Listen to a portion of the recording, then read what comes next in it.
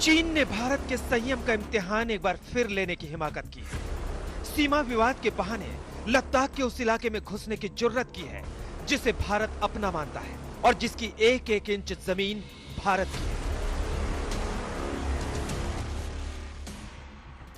धोखा देने की अपनी पुरानी आदत से वो बाज नहीं आ रहा। एक बार फिर उसने लद्दाख में नियंत्रण रेखा के करीब पक्के कैंप बना लिए हैं। वो इलाका जहां भारत और चीन अपने अपने हिस्से में पेट्रोलिंग किया करते थे और फिर लौट आते थे। इस बार वहां चीन ने पक्के कैंप बना लिए हैं।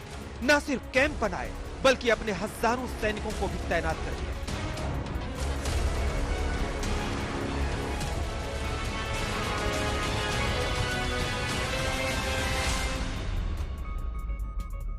इस टाइम पर जब पूरी दुनिया की इकोनॉमी हिट हो चुकी है, दुनिया के सुपर पावर्स स्ट्रगल कर रहे हैं अपने ही देशों में जान बचाने की, अपने सिटीजन्स की, तब चाइना के ऊपर जो कंडेमनेशन आया है world wide, Australia, America, UK, Germany जो सब कंडेम कर रहे हैं, जापान कंडेम कर रहा है, उसको काउंटर करने के लिए चाइना ने एक एग्रेसिव पोस्चर अपनाया है। ये एग्रेसिव पोस्चर ऑस्ट्रेलिया के खिलाफ स्टेटमेंट्स, ताइवान के खिलाफ मूवमेंट्स, साउथ चाइना सी में मूवमेंट्स, शिप मूवमेंट्स और भारत के जमीन पे ये जो इंट्रूजन इन्होंने करी हैं, ये उस सब को दर्शाता है। चीन की इस हरकतों की भनक लगते ही भारतीय सेना ने उसे मुंहतोड़ जवाब देने की तैयारी शुरू कर दी। भले ही चीन ने हजारों सैनिक तैनात किए हों, भारत ने ठान लिया कि वो चीन के बराबर या उससे भी ज्यादा सैनिकों को उसके सामने खड़ा कर देगा। देखते ही देखते सेना की गतिविधियां तेज हो गई। इधर दिल्ली में भी जबरदस्त हलचल हुई। लद्दाख में चीन के साथ तनातनी के मुद्दे पर पहली बैठक रक्षा मंत्री राजनाथ सिंह के घर पर हुई। इस बैठक में तीनों सेनाओं के प्रमुख और chief of defence staff general Bipin Rawat शामिल हुए।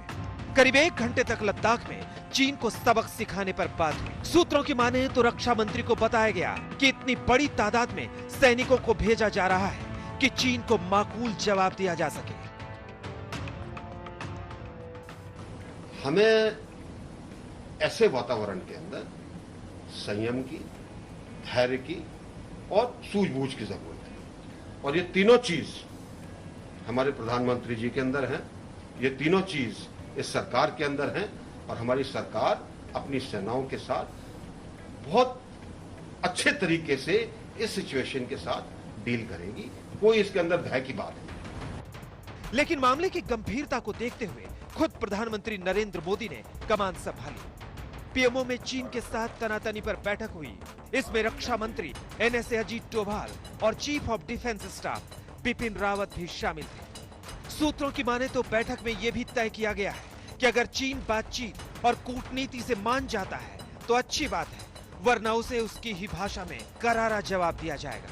अगर चीन आंख दिखाता है तो उससे आंख दिखाकर निपटा जाएगा।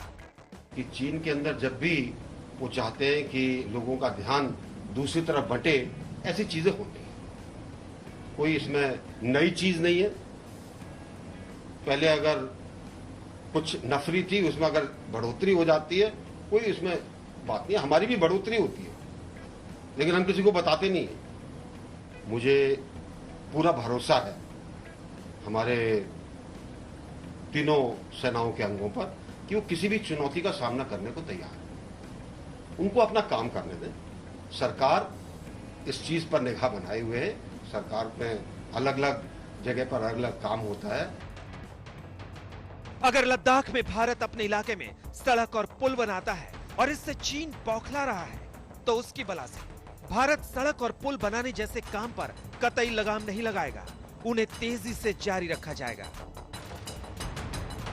ने टैंक और तोप ढोने वाले ट्रांसपोर्ट विमानों के जरिए फॉरवर्ड पोस्ट पर सैनिकों को भेजना शुरू कर दिया है। पूर्वी लद्दाख सेक्टर में ऊंचे इलाकों पर सैनिकों को जितनी तेजी से भेजा जा रहा है, उससे हालात का अंदाजा लगाया जा सकता है। बताया जा रहा है कि नीचे के पोस्ट में मौजूद सैनिकों को दौलत बेग ओल्डी में इकट्ठा किया गया, फिर उसकी हवाई पट्टी से चॉपर और दूसरे वाहनों के जरिए सैनिकों को नियंत्रण रेखा की ओर रवाना किया गया, ताकि चीन को मुंहतोड़ जवाब दिया जा सके। लद्दाख में अशरफ वानी और दिल्ली में राहुल श्रीवास्तव और गौरव सावंत के साथ मंजीत नेगी।